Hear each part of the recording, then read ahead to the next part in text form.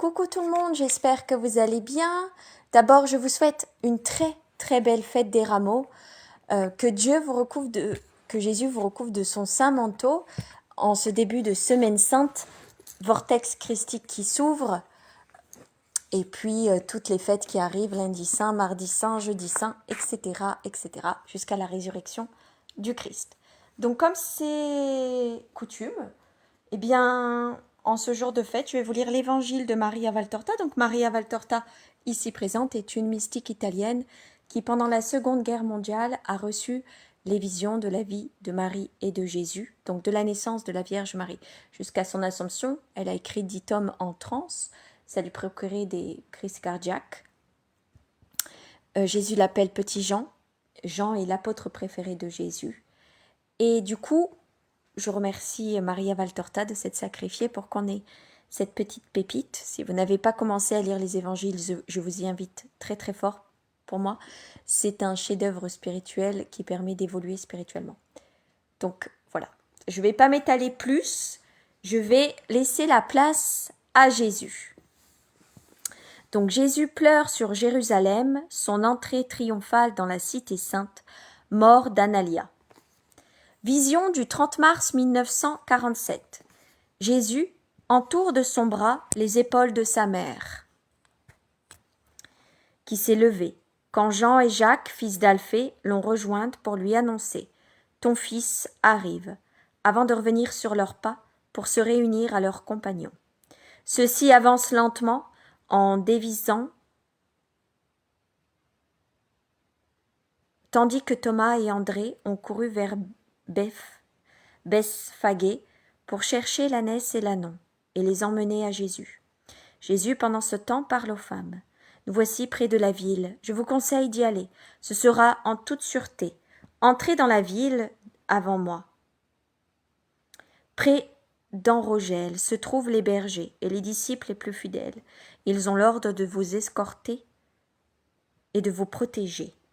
C'est que nous avons parlé avec Aser de Nazareth et Abel de Bethléem de Galilée, et aussi avec Salomon. Ils étaient venus jusqu'ici pour guetter ton arrivée. La foule prépare une grande fête, et nous voulions y assister. Tu vois comme le haut des oliviers remue? Ce n'est pas le vent qui les agite ainsi, ce sont des gens qui coupent les branches pour en joncher le chemin et t'abriter du soleil. Et là-bas, regarde, ils sont en train de dépouiller les palmiers de leurs éventails. On dirait des grappes, mais ce sont des hommes grimpés sur les troncs qui n'en finissent pas de cueillir. Et sur les pentes, vois les enfants qui se baissent pour cueillir des bouquets. Quant aux femmes, elles dépouillent sûrement les jardins de leurs fleurs et de plantes odorantes pour en tapisser la route devant toi. Nous voulions voir et imiter le geste de Marie-Madeleine, qui a recueilli toutes les fleurs foulées par ton pied lorsque tu es entré dans le jardin de Lazare, demande Marie, femme de Clopas, au nom de toutes. Jésus caresse sur la joue sa vieille parente, qui ressemble à une enfant désireuse d'assister à un spectacle, et lui répond « Dans la foule, tu ne verrais rien. Partez dès maintenant à la maison de Lazare, celle dont Matthias est le gardien. Je passerai par là, et vous me verrez d'en haut. » « Mon fils, tu y vas seul? Je ne peux rester près de toi, demande Marie, en levant son visage si triste et en fixant ses yeux ciel sur son doux fils. Je voudrais te prier de rester caché, comme la colombe au creux des rochers, encore plus que ta présence et ta prière qui m'est nécessaire, maman chérie. S'il en est ainsi, mon fils, nous prierons toutes pour toi. Oui, après l'avoir vu passer, vous viendrez avec nous dans mon palais de Sion, et j'enverrai des serviteurs au temple, et toujours à la suite du maître, pour qu'il nous apporte ses ordres et ses nouvelles, décide Marie-Madeleine, sœur de Lazare. Toujours prompte à saisir ce qu'il convient de faire et à le mettre en œuvre sans attendre. Tu as raison, ma sœur. J'ai beau être peiné de peine suivre Jésus, je comprends le bien fondé de son ordre. Du reste, Lazare nous a recommandé de ne contredire le maître en rien et de lui obéir dans les moindres détails. Et c'est ce que nous ferons. Dans ce cas, allez-y. Vous voyez, les routes s'animent, les apôtres sont sur le point de me rejoindre. Allez, que la paix soit avec vous, je vous verrai venir aux heures que je jugerai bonnes. Maman, adieu, sois en paix, Dieu est avec nous. » Il l'embrasse et la congédie. Obéissantes, les disciples s'éloignent sans tarder. Les 10 apôtres rejoignent Jésus. « Tu les as envoyés de l'avant ?»« Oui, à une maison d'où elles regarderont mon entrée. »« Laquelle ?» demande Judas. « Les maisons amies sont désormais si nombreuses, » s'exclame Philippe. « Pas chez Analia ?» insiste Judas. Jésus répond négativement et se met en chemin vers Bethphagée, qui n'est guère éloigné. Il en est tout proche. Quand reviennent les 2 apôtres qu'il a envoyés prendre l'ânesse et l'ânon, il s'écrie : « Nous avons tout trouvé, comme tu l'as dit, et nous t'aurions volontiers amené les animaux, mais leur propriétaire a voulu les étriller et les orner des meilleurs harnachements pour te faire honneur. » Et les disciples, unis à ceux qui ont passé la nuit dans les rues de Béthanie pour te rendre gloire, veulent avoir le privilège de les conduire. Nous y avons consenti. Il nous a semblé que leur amour méritait une récompense. Vous avez bien fait. Avançons en attendant. Les disciples sont-ils nombreux ? Demande Barthélemy. Une multitude. Il est impossible de passer par les rues de Bethphagée. C'est pourquoi j'ai conseillé à Isaac de conduire l'âne chez Cléonte, le fromager, répond Thomas. Tu as eu raison. Allons jusqu'à cet escarpement des collines et attendons un peu à l'ombre de ces arbres. Ils vont à l'endroit indiqué par Jésus. Mais nous nous éloignons. Tu dépasses Bethphagée en le contournant par derrière, s'écrie Judas. Si je veux le faire, qui peut m'en empêcher ? Suis-je déjà prisonnier pour qu'il me soit pas permis d'aller là où je veux ? Est-on pressé que je le sois, et craint-on que je puisse échapper à la capture ? Et si j'estimais bon de m'éloigner pour préférer des lieux plus sûrs, quelqu'un pourrait-il me le défendre ? Jésus darde son regard sur le traître qui se tait et hausse les épaules comme pour dire « Fais bon comme te semble ». Il tourne en effet derrière le petit village, c'est pour ainsi dire un faubourg de Jérusalem, du côté ouest. Il en est en effet si peu éloigné de la ville qu'il fait déjà partie des pentes de l'Olivier qui couronnent Jérusalem du côté oriental. En bas, entre les pentes et la ville, le cédron brille sous le soleil d'avril. Jésus s'assied dans cette verdure silencieuse et se plonge dans ses pensées. Puis il se lève et va sur la cime de l'escarpement.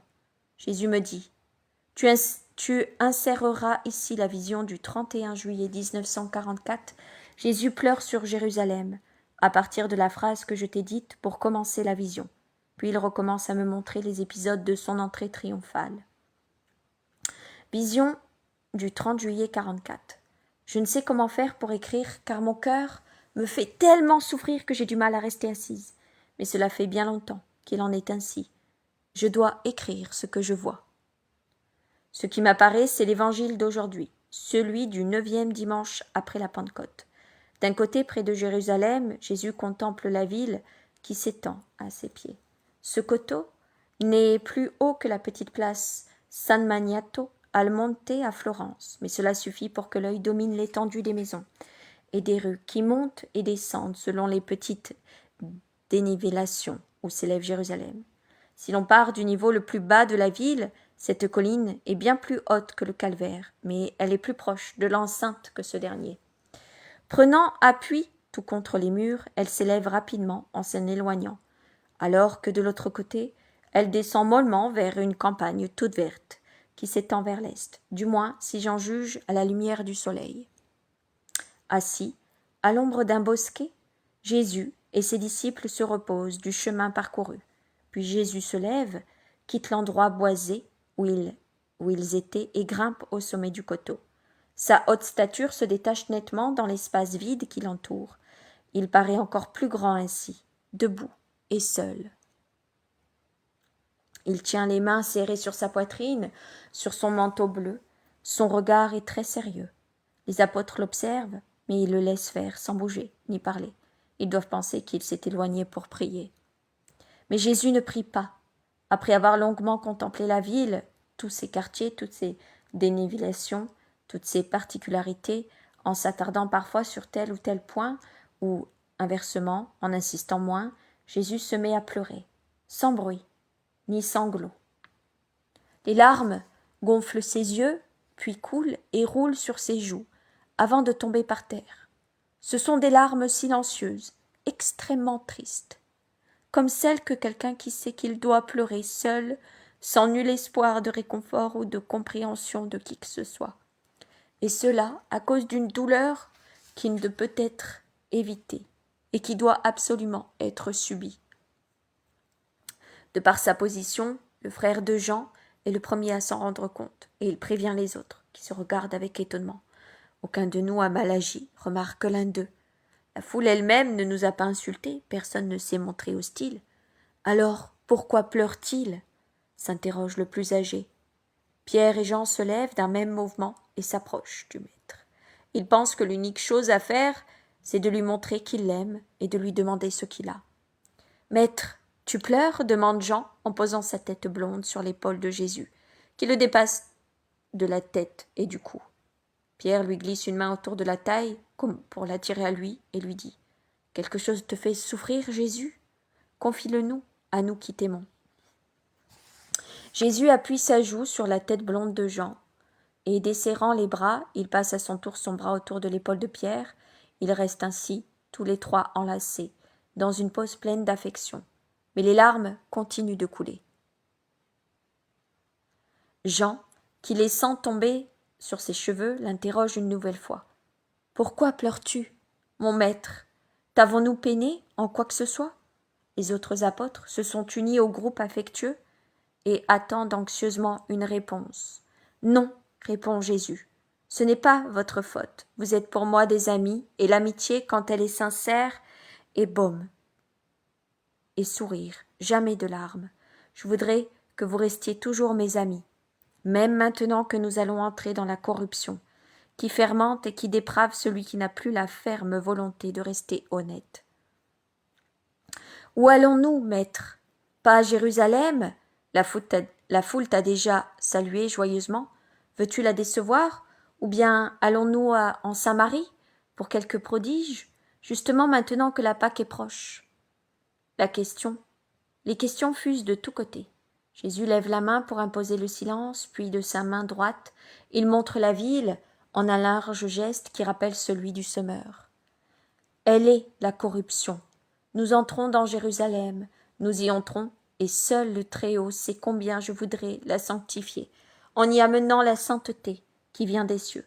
Je souhaiterais sanctifier à nouveau cette ville qui devait être la cité sainte, mais je ne pourrais rien faire pour elle.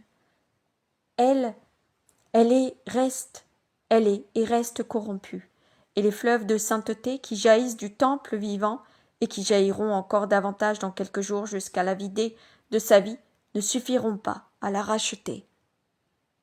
La Samarie et le monde païen viendront au sein. Sur les temples mensongers s'élèveront les temples du vrai Dieu. Les cœurs des païens adoreront le Christ, mais ce peuple-ci, cette ville, lui seront toujours ennemis.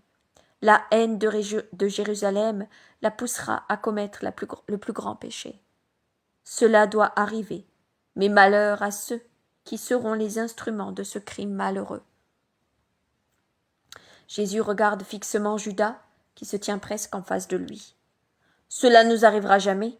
Nous sommes tes apôtres, nous croyons en toi, et nous sommes prêts à mourir pour toi. » Judas ment effrontément et soutient sans rougir le regard de Jésus.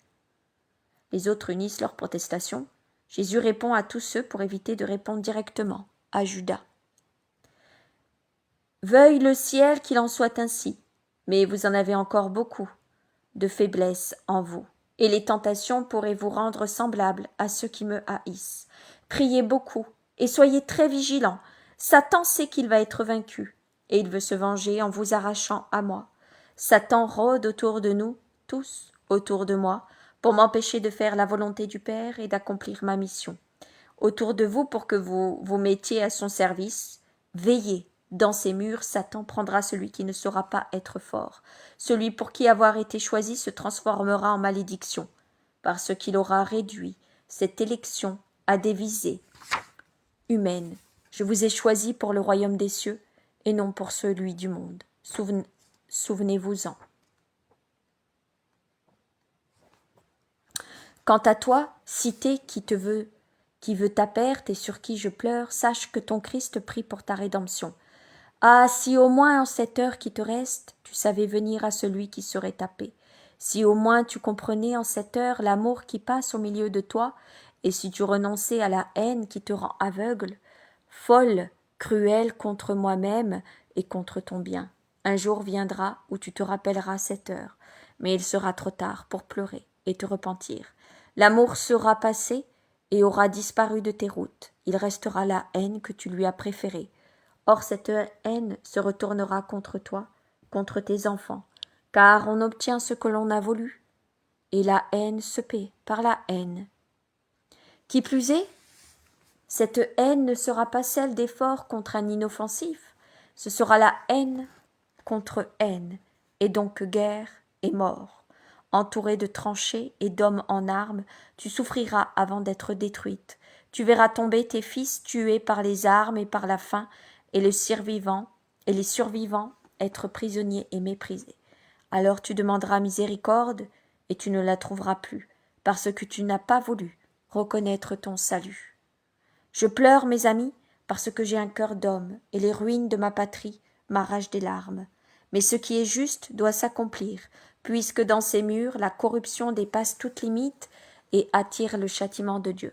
Malheur aux citoyens qui sont la cause du mal de leur patrie, malheur aux chefs qui en sont la principale cause, malheur à ceux qui devraient être saints pour amener les autres à être honnêtes, mais qui profanent au contraire la maison de leur ministère et eux-mêmes. Venez, mon action ne servira à rien, mais faisons en sorte que la lumière brille encore une fois au milieu des ténèbres. Et Jésus descend, suivi des apôtres. Il marche d'un pas rapide sur le chemin, l'air sérieux. J'irais jusqu'à dire presque renfrogné. Il ne parle plus. Il entre dans une petite maison au pied de la colline, et je ne vois pas autre chose. La vision se termine. Vision du 30 mars 1947. À peine Jésus a-t-il le temps d'entrer dans la maison pour en bénir les habitants, que l'on entend les grelots, tanabuler joyeusement, ainsi que les voix en fête. Peu après, le visage émacié et pâle d'Isaac apparaît dans l'ouverture de la porte, et le fidèle berger entre et se prosterne devant son Seigneur. Dans l'encadrement de la porte, grande ouverte, se pressent de nombreux visages, et d'autres apparaissent derrière. On s'en bouscule, on s'entasse, on veut avancer, des cris de femmes, des pleurs d'enfants s'élèvent au milieu de la cohue, ainsi que les salutations et des cris joyeux.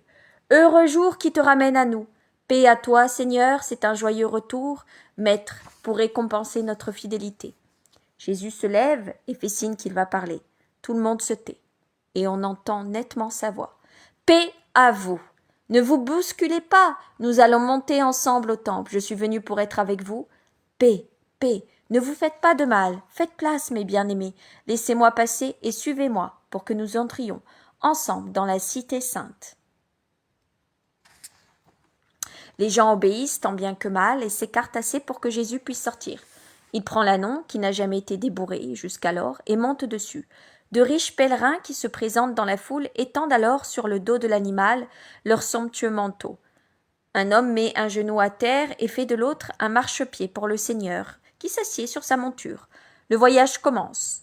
Pierre marche à côté du maître, et de l'autre côté Isaac tient la bride de l'ânon, bien que celui-ci ne soit pas habitué à jouer ce rôle. Il avance paisiblement sans s'emballer. Il ne s'effraie pas des fleurs lancées vers Jésus, qui atteignent souvent les yeux et le museau de l'animal, ni les branches d'olivier et des feuilles de palmier agitées devant et autour de lui, jetées par terre avec des fleurs pour servir de tapis, ni des cris de plus en plus forts « Hosanna au fils de David !» qui s'élèvent vers le ciel serein, pendant que la foule se tasse de plus en plus et grossit à cause des nouveaux venus. Passer à Bethphagée et ses étroites rues sinueuses n'est pas chose facile. Les mères doivent prendre leurs enfants dans leurs bras et les hommes protéger les femmes de coups trop violents. Il arrive qu'un père place son fils à califourchon sur ses épaules pour lui permettre de dominer la foule, tandis que les voix des tout-petits ressemblent à des bêlements d'agneaux ou à des cris d'hirondelles, et que leurs menottes lancent des fleurs et des feuilles d'olivier, présentées par leur mère, et envoient des baisers au doux Jésus. Une fois sorti des rues étroites de la bourgade, le cortège se remet en ordre et se déploie, et de nombreux volontaires vont de l'avant pour prendre la tête du groupe et désencombrer le chemin. D'autres les suivent, en jonchant le sol de branches, et quelqu'un, le premier, jette son manteau pour servir de tapis, imité par un autre, puis par 4, 10, 100, 1000 personnes. Le centre du chemin est composé d'une bande multicolore de vêtements, étendus sur le sol, après le passage de Jésus. Ils ont repris et porté en avant, avec d'autres, et encore d'autres, et toujours d'autres. Et toujours plus de fleurs, de branchages, de feuilles de palmier s'agitent ou sont jetés par terre. Des cris plus forts s'élèvent tout autour en l'honneur du roi d'Israël, à l'adresse du fils de David et de son royaume.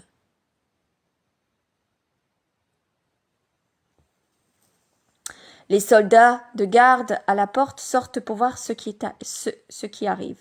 Mais ce n'est pas une sédition. Et appuyés sur leurs lances, ils se mettent de côté pour observer d'un air étonné ou ironique l'étrange cortège de ce roi, beau comme un dieu, simple comme le plus pauvre des hommes, doux, bénissant et assis sur un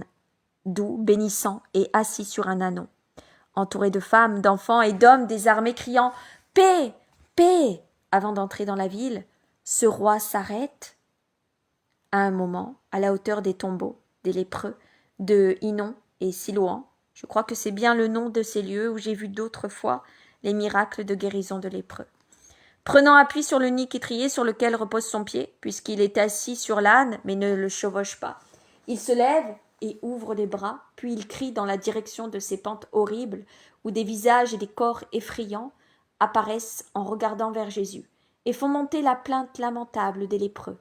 Nous sommes infectés, pour écarter les imprudents, éventuels, qui, pour bien voir Jésus, grimperaient même sur ces terrasses contaminées. Que celui qui a foi invoque mon nom et recouvre ainsi la santé. Puis il reprend la route, en les bénissant, avant d'ordonner à Judas. Tu achèteras de la nourriture pour les lépreux, et avec Simon, tu la leur porteras avant ce soir. Le cortège passe sous la voûte de la porte de Siloam, puis se déverse comme un torrent dans la ville en traversant le faubourg d'Ophel, où chaque terrasse est devenue une petite place aérienne, remplie de gens qui crient des hosannas, jettent des fleurs et renversent des parfums en contrebas dans la rue, en essayant d'atteindre le maître. L'air est embaumé par des fleurs qui meurent sous les pas de la foule et les essences qui se répandent dans l'air avant de finir dans la poussière de la route. Les cris de la foule semblent se renforcer, comme si chacun hurlait dans un porte-voix, car les nombreuses arcades dont Jérusalem est remplie créent un écho qui ne cesse de les amplifier. J'entends crier, et je crois que cela veut dire ce que rapportent les évangélistes. Shalem, Shalem, Mekil, ou Malkith. Je m'efforce de rendre le nom des mots, mais c'est difficile car ils sont des aspirations que nous n'avons pas. C'est un brouhaha continu semblable au mugissement d'une mer de tempête, dans laquelle le grondement de la vague qui fouette la plage et les rochers n'est pas encore retombé d'une autre lame, le reprend et le renforce en un nouveau claquement, sans jamais s'arrêter. J'en suis assourdi. Parfum, odeur, cris, couleur des branches et des vêtements qui s'agitent, c'est une vision étourdissante. Dans cette foule, qui n'en finit pas de se mélanger, je reconnais des visages qui apparaissent et disparaissent. Des disciples venus des diverses régions de Palestine, tous ceux qui suivent Jésus. J'entrevois Jairé, je remarque Jaïa, l'adolescent de Péla, me semble-t-il, qui était aveugle avec sa mère et que Jésus a guéri. Je repère Joachim de Borzra et ce paysan de la plaine de Saron avec ses frères.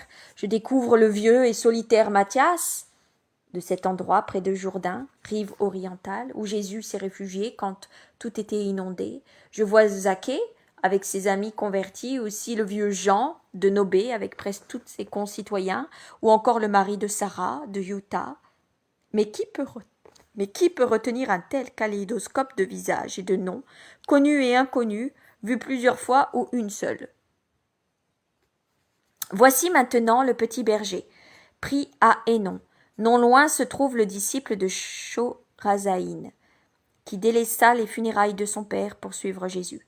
Et tout près, j'entrevois un instant les parents de Benjamin de Capharnaüm, accompagnés de leur jeune fils, qui manque de tomber sous les pieds de l'ânon, en se jetant en avant pour recevoir une caresse de Jésus. Malheureusement, je constate aussi la présence des pharisiens et des scribes, livides de colère à la vue de ce triomphe, qui fendent avec arrogance le cercle d'amour qui se serre autour de Jésus, pour venir lui hurler « Fais donc taire ces fous !» Rappelle-les à la raison, ce n'est qu'à Dieu que l'on adresse des hosannas. Dis-leur de se taire. Jésus répond doucement. Même si je leur disais de se taire, et s'ils m'obéissaient, les pierres crieraient les prodiges du Verbe de Dieu. En effet, les gens crient « Hosanna, Hosanna au fils de David, béni soit celui qui vient, au nom du Seigneur. Hosanna à lui et à son règne, Dieu est avec nous, l'Emmanuel est venu, il est venu, le royaume du Christ, du Seigneur. Hosanna, Hosanna sur la terre et au plus haut des cieux.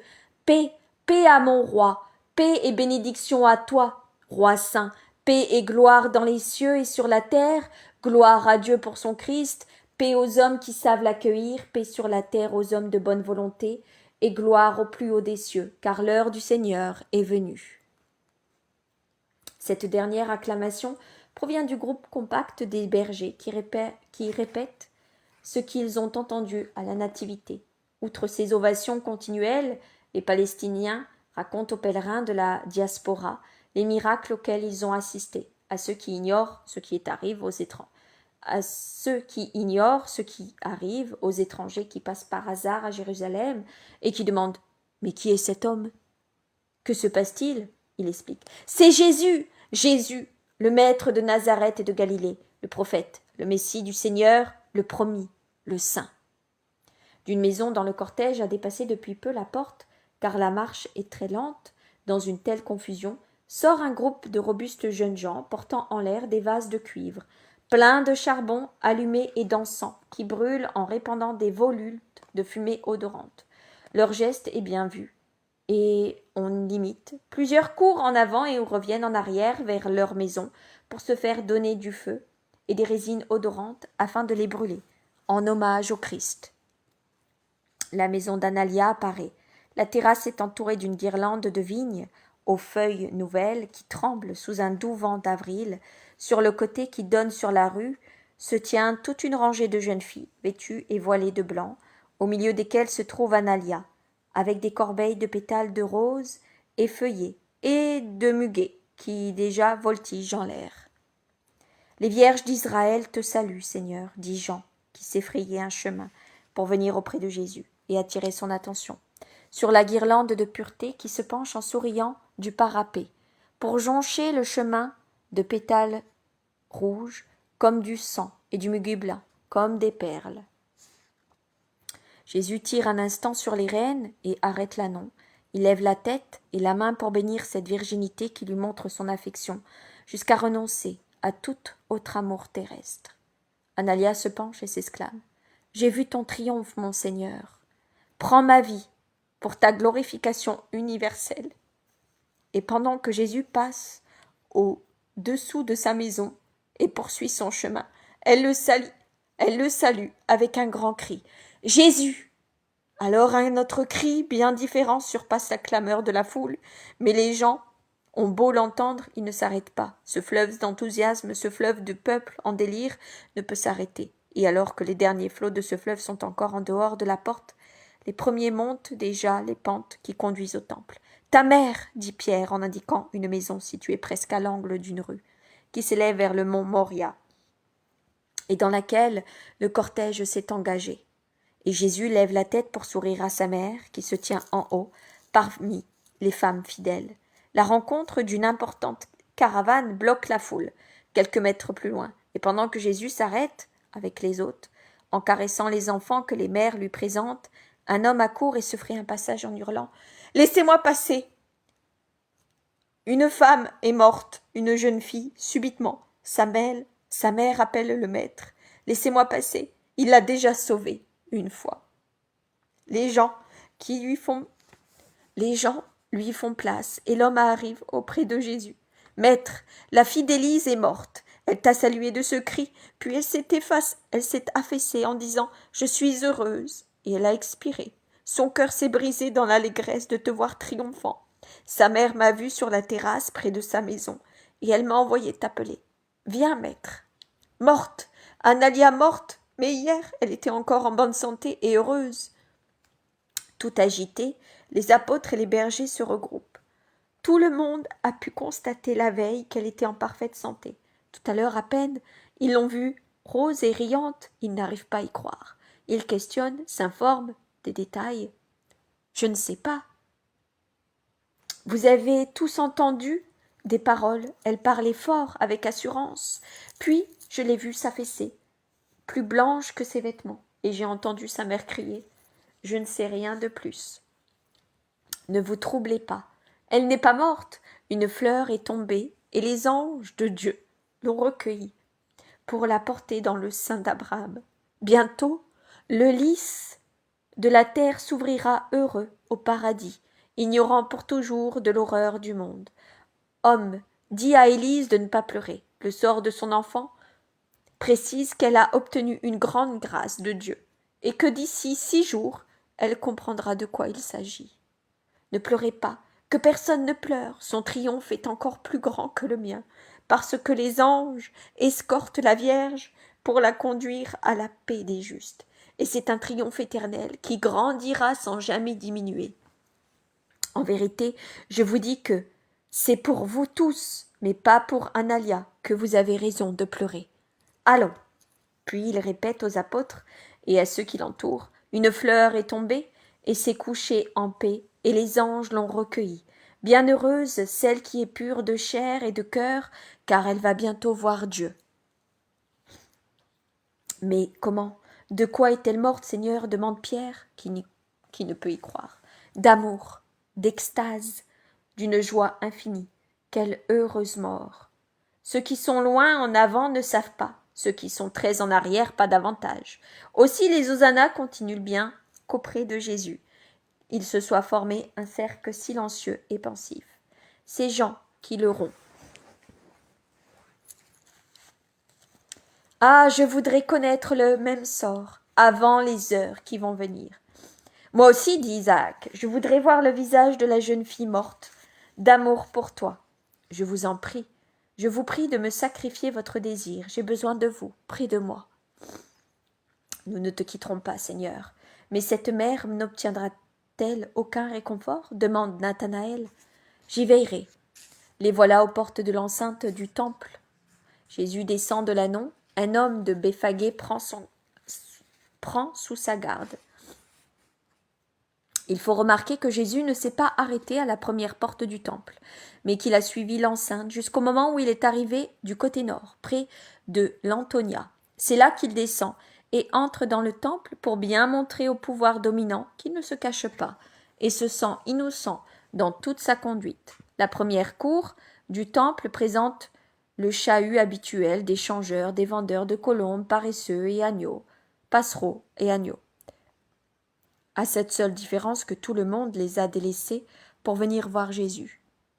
Celui-ci entre solennellement dans son vêtement de pourpre, et il tourne les yeux vers ce marché, puis vers un groupe de pharisiens et de scribes qu'il observe de dessous un portique. Son regard étincelle d'indignation. À l'improviste, il bondit au milieu de la cour, il semble voler comme une flamme, car son vêtement flamboie sous le soleil qui inonde la cour, et il tonne d'une voix puissante. Hors de la maison de mon père, le temple n'est pas un lieu d'usure et de marché. Il est écrit, ma maison sera appelée maison de prière. Pourquoi donc avez-vous fait une caverne de voleurs de cette maison où est invoqué le nom du Seigneur? Hors d'ici, purifiez ma maison pour éviter que, au lieu de me servir de corde, je vous frappe des foudres de la colère céleste. Sortez d'ici. Hors d'ici les voleurs, les fraudeurs, les impudiques, les homicides, les sacrilèges, les tenants de la pire idolâtrie. Celle de l'amour-propre, orgueilleux, les corrupteurs et les menteurs. Dehors, dehors! Sinon, le Très-Haut balayera pour toujours ce lieu et exercera sa vengeance sur tout un peuple. Il ne réitère pas les coups de fouet de l'autre fois, Mais comme les marchands et les changeurs tardent à obéir, il va au comptoir le plus proche et le renverse, en répandant sur le sol balance, pièces de monnaie. Les vendeurs et les changeurs se hâtent de suivre l'ordre de Jésus. Après avoir vu ce premier exemple, Jésus crie derrière eux. « Combien de fois devrais-je vous dire que cet endroit ne doit pas être un lieu de souillure, mais de prière ?» Et il regarde les hommes du temple qui obéissent aux ordres du pontifet, ne font pas le moindre geste de représailles. Une fois la cour purifiée, Jésus se dirige vers les portiques où sont rassemblés les aveugles, les paralytiques, les muets, les estropiés et d'autres handicapés, qu'il invoque à grands cris. « Que voulez-vous que je fasse pour vous ?»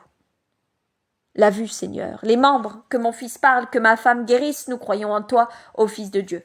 Que Dieu vous écoute. Levez-vous et chantez les louanges du Seigneur. » Ce n'est pas un par un qu'il guérit le nombre des malades, mais il fait de la main un geste large et grâce et guérison descendent sur les malheureux, qui se relèvent en bonne santé avec des cris de joie, qui se mêlent à ceux des nombreux enfants qui se serrent près de lui, en répétant « Gloire, gloire au Fils de David, Hosanna, Jésus de Nazareth, Roi des rois et Seigneur des seigneurs. » Des pharisiens s'adressent à lui en feignant le respect. « Maître, tu les entends? Ces enfants disent ce qu'il ne faut pas dire. Reprends-les, qu'ils se taisent. Pourquoi donc? Le roi prophète, le roi de ma race, n'a-t-il pas dit « De la bouche des enfants et des nourrissons, tu as fait jaillir la louange parfaite pour confondre tes ennemis ?» N'avez-vous pas lu ces paroles de psalmiste? Permettez aux petits de chanter mes louanges. Elles leur sont suggérées par les anges gardiens, qui voient sans cesse mon Père en connaissant les secrets et les suggèrent à ces innocents. Maintenant laissez-moi tous aller prier le Seigneur.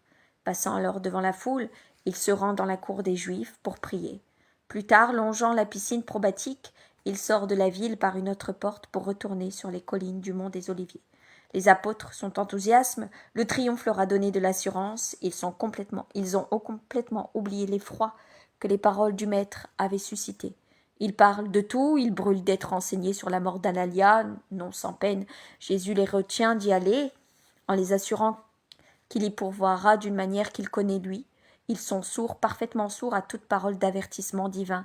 Ô homme, homme, homme, qu'un cri de louange rend, oublieux de tout. Jésus parle aux serviteurs de Marie de Magdala, qui l'ont rejoint au temple, puis les congédie. Et maintenant, où allons-nous? S'informe Philippe. À la maison de Marc, fils de Jonas, demande Jean. Non, au camp des Galiléens. Peut-être mes frères sont-ils venus, et je veux les saluer, dit Jésus. Tu pourrais attendre demain pour cela, remarque Jude. Il est bon de le faire tant que c'est possible. Allons chez les Galiléens, ils seront contents de nous voir. Vous aurez des nouvelles de vos familles. Moi, je verrai les enfants. Et ce soir, où allons-nous dormir? À Jérusalem? À quel endroit? Là où se trouve ta mère, ou bien chez Jeanne? S'enquiert Judas. Je l'ignore, certainement pas en ville, peut-être encore sur quelque tente galiléenne. Mais pourquoi? Parce que je suis le Galiléen et que j'aime ma patrie. Allons. Ils se remettent en route pour monter vers le camp des Galiléens, qui se trouve sur l'Olivet du côté de Béthanie. C'est tout un groupement de tentes toutes blanches sous le joyeux soleil d'avril. Et Jésus dit, ma secrétaire si patiente place ici la vision le soir du dimanche des Rameaux. 4 mars 1945, que ma paix soit avec toi. Et là, j'arrête la lecture parce que, voilà, si vous avez envie de lire, il y a 10 tomes, donc Charles, non, c'est pas parce que je lis un chapitre que, du coup, vous ne pouvez pas lire les évangiles, il y a 10 tomes, je ne vous ai certainement pas lire les 10 tomes. Et pour répondre à votre question, alors Charles m'a dit, je fais le carême, je n'ai pas mangé de viande, à partir de quel jour à la fin du carême peut-on manger de la viande? Le samedi après le vendredi 5 où on peut manger de la viande. Alors Charles, tout dépend. Le carême se termine soit jeudi, soit dimanche. C'est vous qui décidez. Soit jeudi saint, soit dimanche saint. Mais dans tous les cas, vendredi saint, normalement, à la base, il faut jeûner. Donc, soit vous jeûnez, si vous êtes incapable de jeûner entièrement, de boire que de l'eau. Il ne faut pas manger de viande ni de poisson. Voilà. J'ai répondu à votre question. Très bonne soirée sous le manteau du Christ et à 18h30 avec le rosaire des 2 cœurs unis de Marie et de Jésus. Que Dieu vous accorde sa paix, Jésus et Marie leur miséricorde et que les anges vous accompagnent. Bisous.